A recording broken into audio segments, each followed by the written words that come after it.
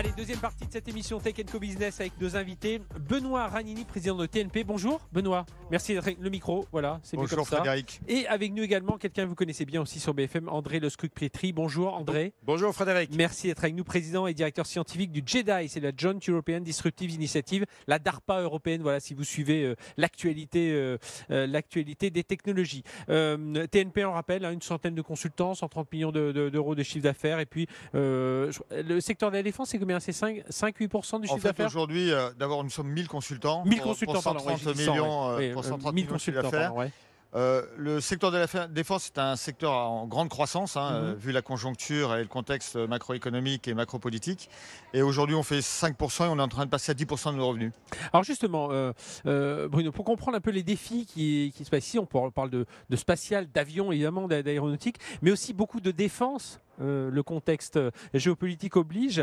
Comment on peut créer vraiment cette Europe de la défense? Je pense que l'Europe de la défense va commencer déjà par un courage et des décisions politiques. On l'a vu sous la pression de la guerre en Ukraine et de la politique de Trump. Parce qu'elle n'existe pas aujourd'hui? Si, elle existe, mais là, il faut l'accélérer. Surtout, il faut l'incarner. On a eu récemment quand même les chiffres qui ont montré que le budget européen de la défense, qui dans les faits, quand on regarde globalement, c'est 600 milliards. 600 milliards par an, c'est un peu moins que les États-Unis qui sont à 900 milliards, mais c'est 2 fois la Chine qui a 300 milliards. Ouais. Sauf que ce budget-là est complètement fragmenté. Et en plus, il est dépensé en particulier en achetant des armes américaines. Donc il faut qu'on arrive à avoir le bon pourcentage de budget, ça c'est en cours, puisque tout le monde est en train de passer de 2% à 3%, puis on va tangenter assez rapidement les 5%.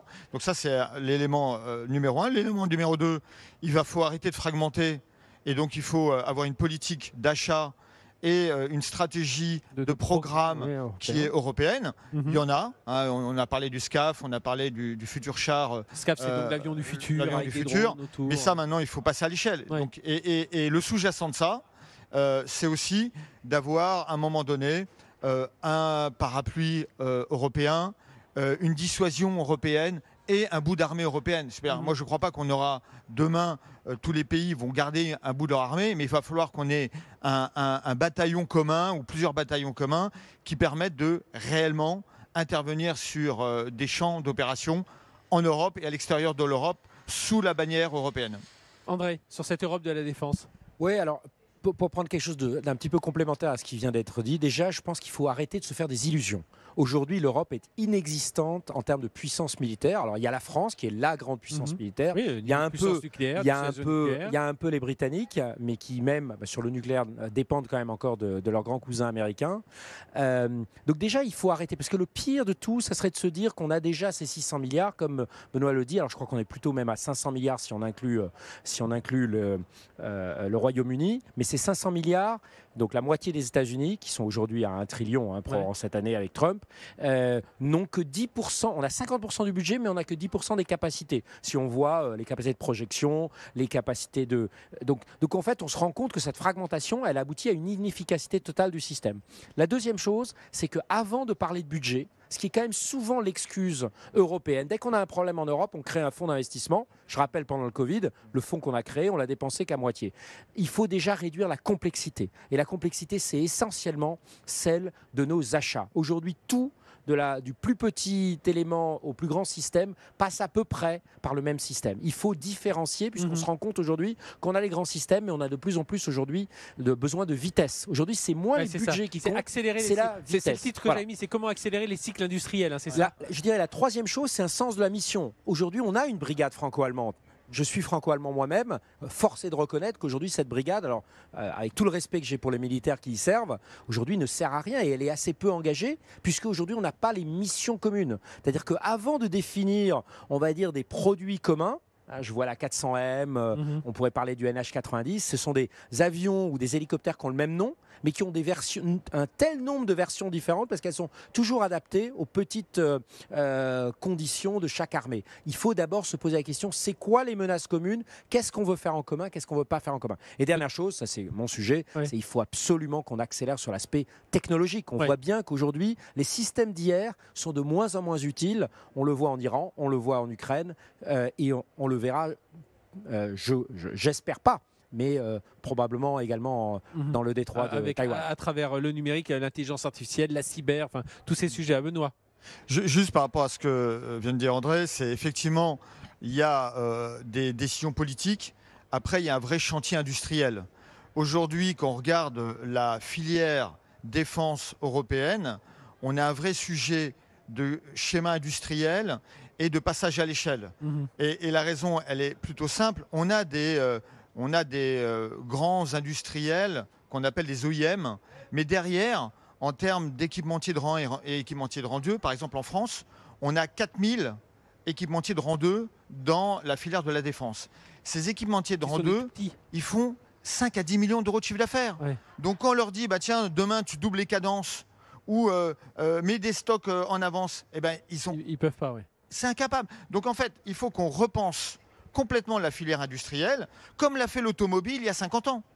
Et ça passe par à la fois de la productivité, travailler sur les temps de cycle et les cycles entre le développement et la production. Il faut aussi qu'on arrête de vouloir courir des 100 mètres avec des boulets. Aujourd'hui, quand je regarde, nous on travaille pour des grands de la défense, des missiliers ou des gens qui font des systèmes d'armes. Passer en Europe une pièce d'un pays à l'autre, ça nécessite des paperasseries administratives. Ouais. Quand on veut piloter une supply chain en la rendant scalable et en la rendant vraiment efficace et just in time, c'est impossible. Donc en fait, il faut repenser complètement le tissu industriel et le schéma industriel. Et ça passera aussi, je crois, par l'accélération de champions européens, parce qu'aujourd'hui, on a quelques champions européens avec Airbus, avec MBDA, mais il va falloir aller plus loin là-dedans. Ça veut dire aussi valoriser tout ce que nos brevets de protection de propriété intellectuelle. Parce que ça aussi, j'ai l'impression que parfois on est un peu en deçà des Chinois qui ont des et les Américains. Et les Américains. La défense américaine est une source de valorisation d'IP, d'intellectual property, d'innovation extraordinaire, qui sert l'industrie américaine. Nous, il faut qu'on apprenne dans le monde de la défense à valoriser ces IP auprès de l'industrie traditionnelle. Et ça, on a beaucoup à apprendre des Américains. Mais qui peut donner cette impulsion, justement, André ? Alors évidemment, dans le domaine de la défense, on est dans un domaine régalien où l'État a tout son rôle à jouer, mais je pense qu'il faut aussi arrêter de penser que tout va venir de l'État. Je crois qu'il y a une vraie démarche à faire de la part des entrepreneurs, de la part des industriels. Ce qui vient d'être dit est tout à fait exact. Je veux même aller plus loin. Je crois qu'aujourd'hui, on a une opportunité. L'Ukraine nous montre que les Ukrainiens sont passés de 100 000 drones par an en 2023 à 1 million. Alors certes, c'est aujourd'hui des drones pas très compliqués à produire, ce qu'on appelle les FPV. Ils vont peut-être monter à 5 millions cette année. Mais en fait, ils montrent qu'aujourd'hui, l'industrie du futur, c'est pas une industrie qui fait plus 5, plus 10% par an, les fameuses montées en cadence, mais c'est une industrie qui est peut-être moins spécialisée, la ligne de production, comme ce qu'on est habitué à faire depuis quasiment le Fordisme, depuis 80 ans. Mais on doit avoir des lignes de production beaucoup plus adaptées à des produits qui changent très vite. Et deuxième chose, c'est des lignes de production qui peuvent faire du x2, x5. C'est un peu pour ça qu'on voit ces 5. alliances avec Renault, par exemple, pour construire Exactement, des drones. parce qu'il faut, je veux parler de l'aspect illusion au début, aujourd'hui, on est dans un monde de haute couture et la plupart de nos industriels, avec tout le talent qu'ils ont, les ingénieurs qui sont, ils savent faire de la haute couture, ils ne savent pas faire de la masse. Et je rappelle quand même quelque chose, que quand en 1942, les Américains étaient rentrés en guerre, ce ne sont pas ces fameux OEM, c'est les primes comme on appelle, qui sont devenus les principaux producteurs d'avions de chasse, de chars. C'était Ford, c'était General Motors. Donc ça veut dire qu'il faut aussi laisser beaucoup plus la concurrence. Aujourd'hui, on a quand même un secteur de la défense qui est quand même assez verrouillé par les acteurs existants. On le voit, il faut les garder. C'est toujours les mêmes ils sont là. Il faut les soutenir, mais il faut absolument enlever toutes les barrières à la fois aux nouveaux entrants qui vont apporter des solutions beaucoup plus radicales parce qu'ils n'ont rien à perdre. Aujourd'hui, les existants, ils ont tout à perdre quand il y a une évolution technologique. Et comme ces évolutions technologiques vont de plus en plus vite, le secteur des drones est pour moi caractéristique.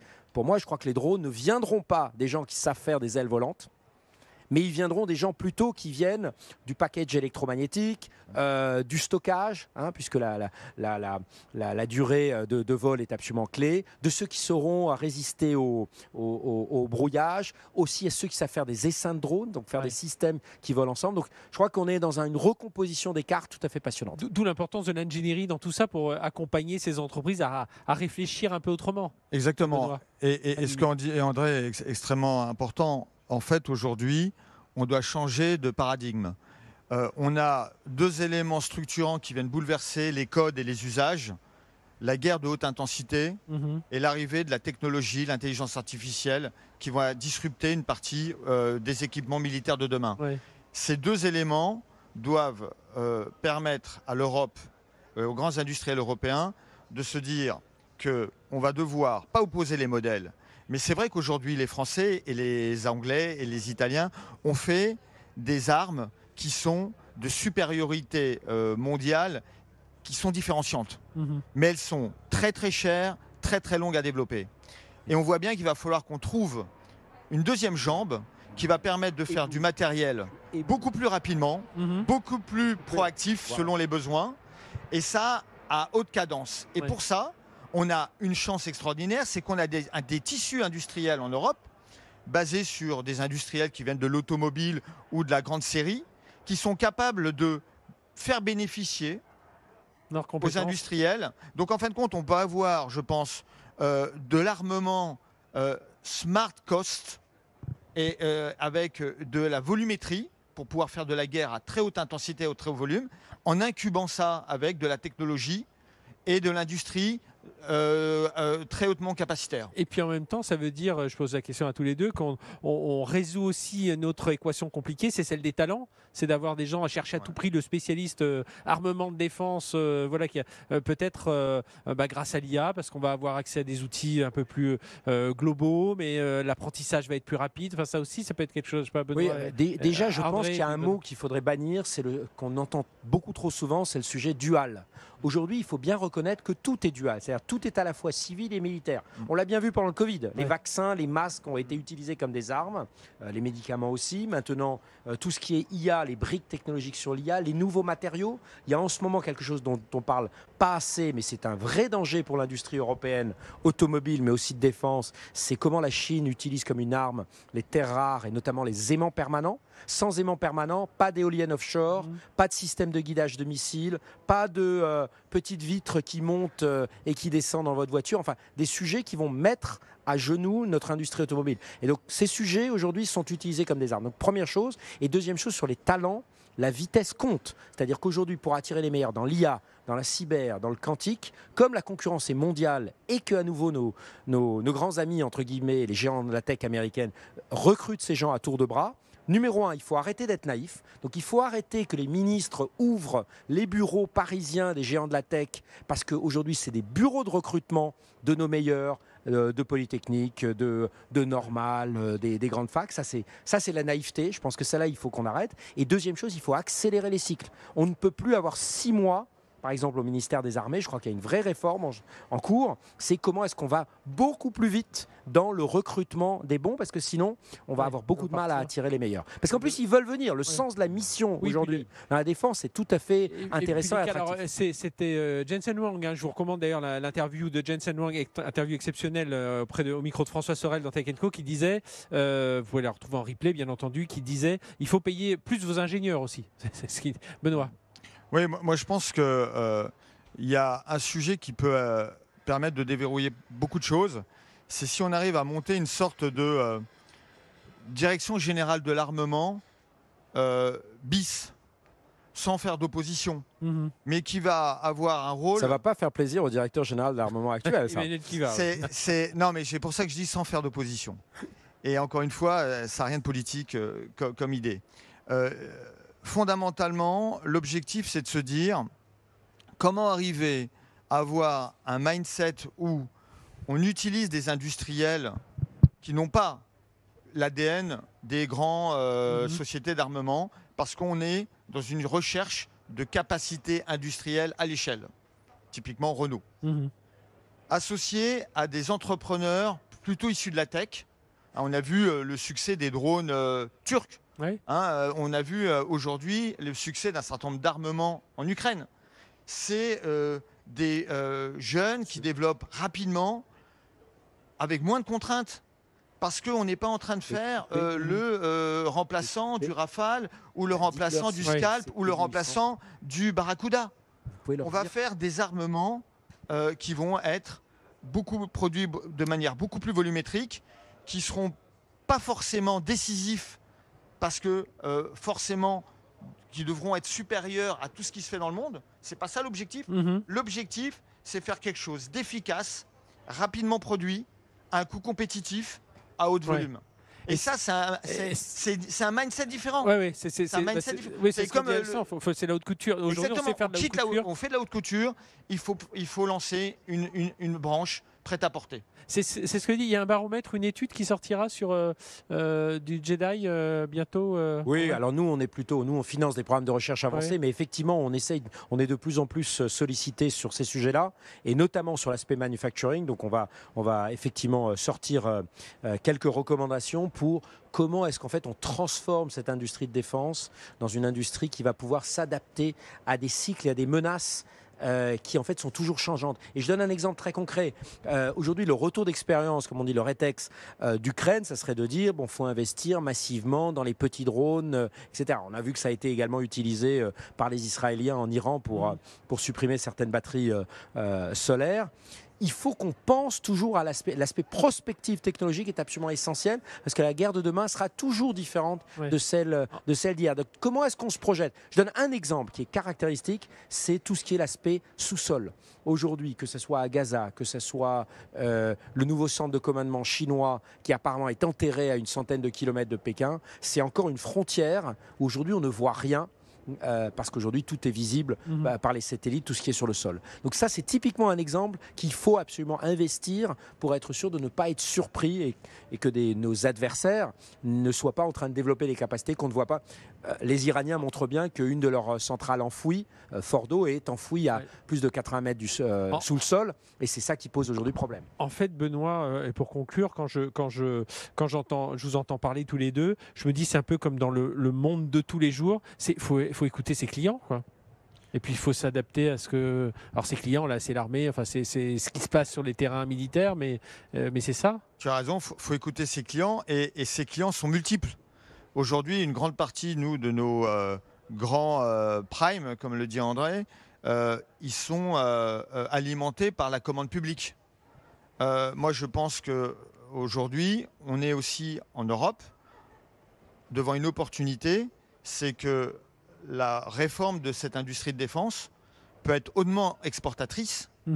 Et on sait bien que dans le monde dans lequel on vit, c'est aussi à travers ces exportations qu'on fait ce qu'on appelle du soft power et qu'on développe des amitiés et on développe des alliances.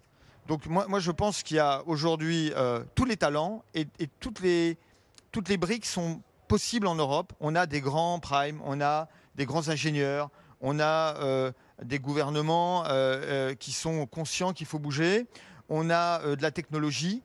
Maintenant, il faut se mettre en task force pour qu'on arrive à tirer les forces des uns et des autres. Et quand je vois effectivement que certains primes se rapprochent de grands constructeurs automobiles ou de start-up, ça va dans la bonne direction. Maintenant, ce qu'il faut, c'est accélérer parce qu'on n'a pas le temps. Eh bien voilà, c'est ce qu'on voulait dire dans ce débat avec tous les deux, Benoît Rani, président de TNP, André Lescug-Pietri, président et directeur scientifique de Jedi. Merci.